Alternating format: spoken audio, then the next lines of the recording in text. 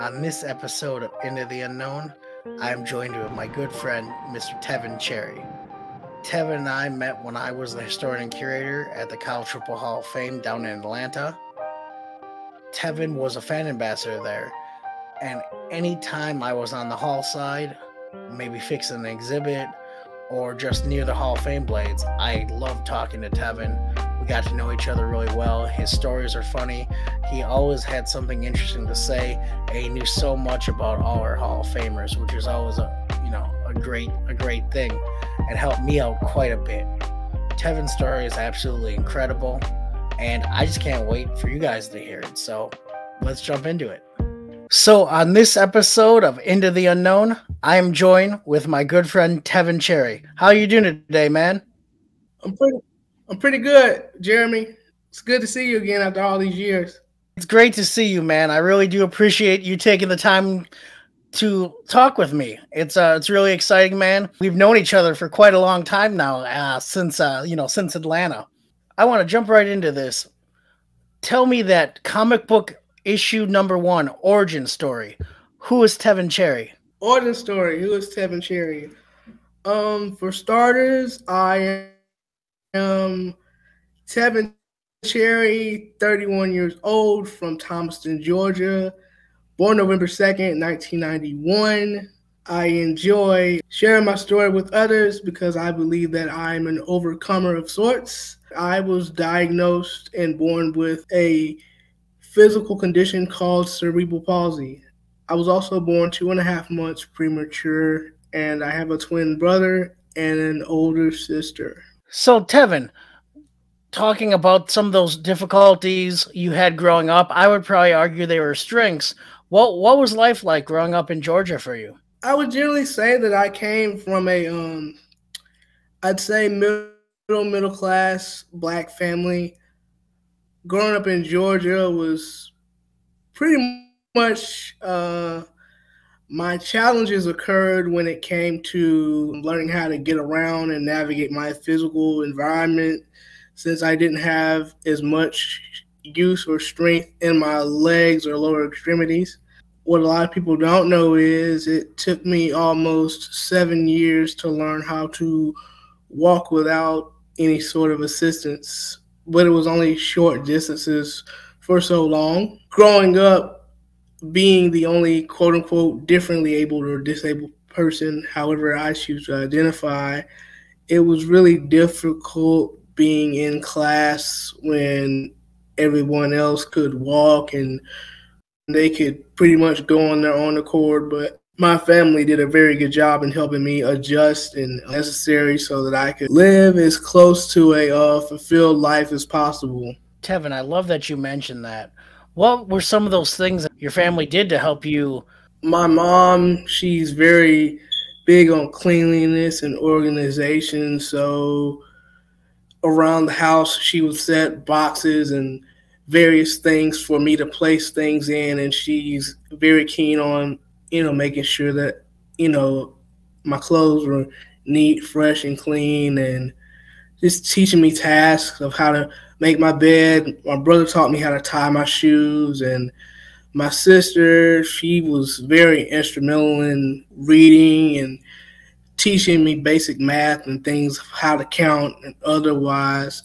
We watched television shows like Barney and all the things on GPTV, the kids' educational stuff. So that's how we pretty much learned. I know one of the areas you're a pretty big expert in is health and wellness.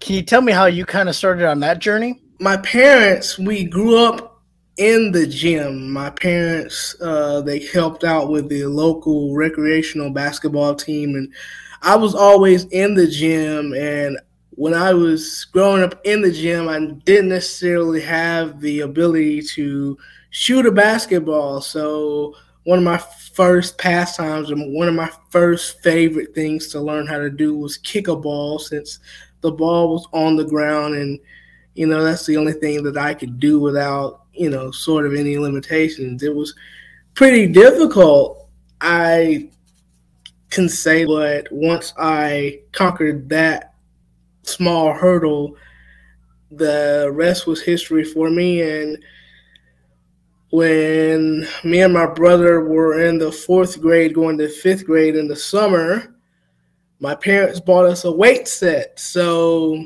he got into football and he was in band and things like that. And we just started building our bodies, and we became known as people that lifted weights. And then it transitioned to high school. And in high school, that's when my brother got into football. And then I became a high school wrestler. So I was one of my school's first athletes with a disability to ever compete in high school sports. And I was a high school wrestler for 4 years. Well, that's incredible. Did you have a favorite wrestling move? I generally liked picking people's ankles and doing double leg takedowns. And one of the things that that I became famous for in high school was my handstand push-ups that you and so many other people at the Hall of Fame came so anonymous and loving, and we would always demonstrate my ability to do handstand push-ups in front of the groups. So my thing was I actually learned how to do handstand push-ups in the 10th grade at my wrestling practice. We was on a water break, and my coach was yelling at me to do a water break, and I'm like, I don't want no water, so I'm playing around, just doing handstands. And I was always good at handstands. My mom would always say, I would do handstands in the pool. So I was on the mat and just playing around with the handstands, and all of a sudden I did a handstand and I was holding it, and I, did about 5 push-ups and hopped down.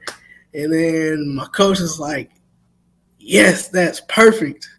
And I was like, what? And he was like, when we go to these meets, when everybody's out there, all the teams out there, we're going to get you to go out there, do some handstand push-ups, and that's going to be our intimidation tactic. And we had a pretty good team, and I can pretty much say that me doing handstand push-ups kind of psyched some of the other teams out. So I was, in a way, helping my team win and being a good team player. What really drew me into health and wellness and wanted to become a personal trainer was I had a coach by the name of Tommy Watson. When it came to me being in weight training, so many people were afraid to put me in weight training because they felt like I would get hurt. I'm disabled. They didn't want to have any liabilities or sue the school. So for some strange reason, some ways or another, I ended up in weight training.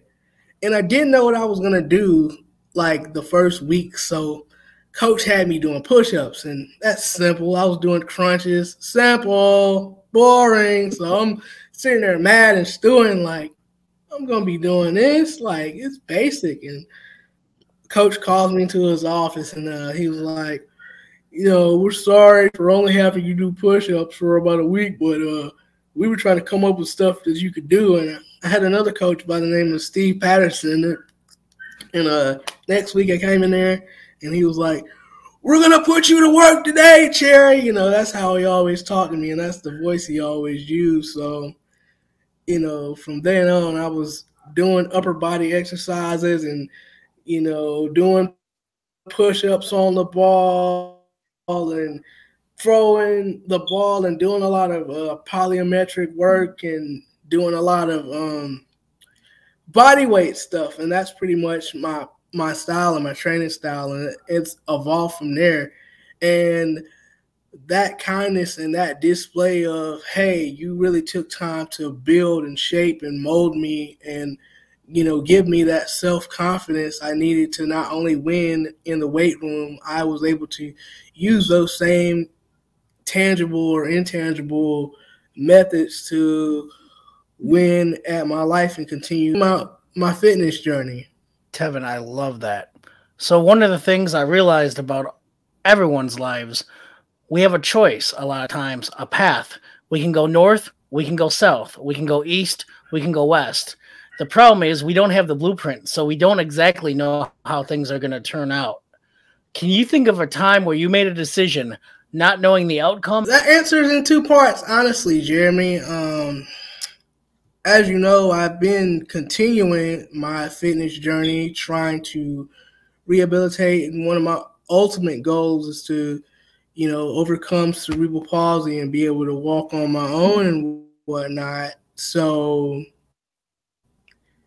even after high school, I started recording myself and putting videos on YouTube and Facebook, Google Plus, any social media outlet. So I was really sharing my story and putting my videos on social media because I came to the realization that there was no one else with cerebral palsy or any other physical ailment working out the way I was working out. And I wanted to create like an entire library of me doing these exercises.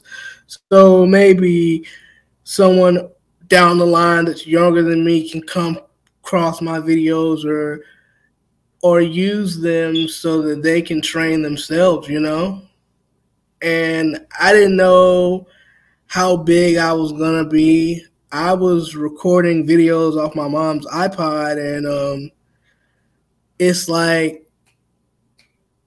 periodically somebody with a big name or somebody in the fitness industry, they would really give me their cosign by kind of sharing their videos, and people started writing articles about me because it's like I came out of nowhere. So I was this social media YouTube sensation, as I mature and as I'm growing into an adult and not a college kid anymore. I'm more into, I'm still rehabbing, but I really want to transition to being able to work in a hospital or be a contractor and work with other health professionals and develop routines to help people continue to rehab, Tevin, I love that. On this journey, and the title of this podcast, Into the Unknown, what's your unknown? What are you stepping into right now that is exciting? The unknown? I would say the unknown is one thing that I've been working on, especially within the last almost 3 years since the pandemic, is the importance of self-awareness and understanding the importance of mental health. The pandemic kept a lot of people inside and in the house and away from their families. And I have lost several people due to COVID and things like that. And it really took my mental health really took a deep dive. I lost someone so important to me. She was my scribe, Miss Tina Cleveland. God rest her soul. She passed away July 2022. And I also lost a close friend of mine, while I was being homeless and living in a rooming house. He was one of my housing mates, and he passed away